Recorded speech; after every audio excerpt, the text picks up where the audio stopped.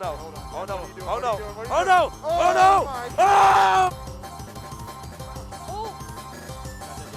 Oh no, that's gonna do it. Oh! So consistent. Oh! Yeah, let's go shield there. Oh my god. Oh my god. Yeah. That's why, but Oh, hey, you know what? wait a goddamn minute. Wait a goddamn minute, Wait Zach. a minute. Oh, there's this last stock right here. Yeah. Oh, nice. Wait a minute. Yoshidora. Never mind. Oh no. This could be bad. This could be bad. There. Up there. Through there. What the tag? The awareness on Hero's insane.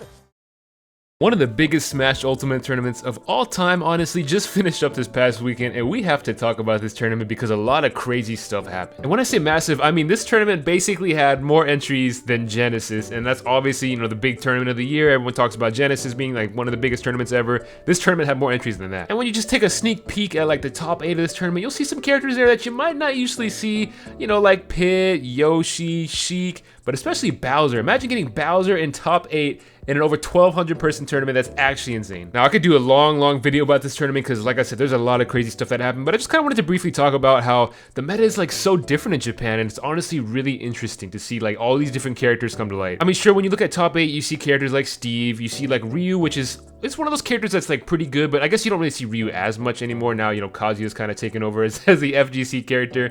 You know, of course you see Sonic, you see Mario, but like I said, Sheik, Pit, Yoshi, and Bowser, very interesting. And of course you have to look at the players behind these characters. You know, you have people like Zachary playing Pit. Zachary, obviously one of the best Smash players. Took a little bit of a break to play a game that I really enjoy, which was Pokemon Unite.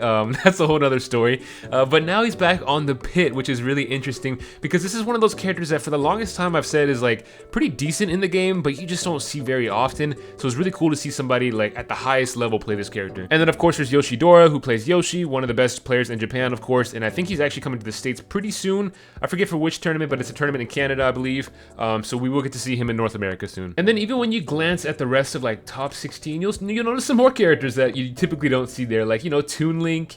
You've got like Puff, Marth, for example. And what's even more crazy than that, I showed this clip at the beginning of the video, a Dr. Mario player got 17th. That's actually insane. And that's honestly what made this tournament so exciting. Like, there's a lot of Japanese players that come to America pretty often. You know, Ken, Akola, Kameme, you know, Gact, all those players like that. But it was interesting to see how many good players there are in Japan with all different kinds of characters. And I'm gonna show you guys this on screen right here. This is kind of the character distribution list for, I believe it was top 192. Look how many Olimars there are in Japan. You know how happy that makes me as an Olimar player? 10 Olimars in top 192. And next up is Raw at 9. After that, you have Min Min and Yoshi. And then down there, like around, you know, the 4th tier right there, we've got Diddy, Joker, and Sephiroth with 7 players of each character. That's kind of crazy, right? I feel like in the States we have characters that are very popular. You know, we have like your Pyramithra, your Clouds, you know, characters like that. And in Japan it's like completely different. And at this tournament, a lot of Olimars plays really well throughout the bracket. It's kind of hard to keep up with like all the players throughout the bracket, just because a lot of these players I'm a little bit unfamiliar with. But it was just crazy to see so many players of different characters just do so well. And honestly, it really makes me wish that Smash was a game kind of like other esports where, you know, they have these large competitions, these large, you know, circuits and things like that really give everybody an opportunity to kind of shine at the international level. There's a lot of Japanese players that kind of only compete in Japan, and then there's, you know, Japanese players that often come to the States and do really well. But it would really be cool to see some of these people like just come to the States, or, you know, vice versa, have more American players go to Japan and kind of see how they compete at that level. And it really is a shame that we don't get to see this more often because, like I said, it's just so different. The metagame there just seems so different. Like, you see all these different characters succeeding. Like, I don't remember the last time a Bowser's gotten top 8 before, especially at a 1,200 plus entry tournament. I mean, even just looking at the breakdown for top 64, there's so many Olimars there, which, like I said, I love to see. And then just all these different characters. You got Kirby, you've got a K-Rool there, Dr. Mario, like I said, just so many different characters. And you know what's even more crazy is when you look at this, like one thing that, you know, a lot of people have kind of complained about is like, you know, your Steve and your Kazuya. How many Steves do you see? You see like 3 Steves, and most of them play like other characters too. The only one that doesn't really is Akula, of course.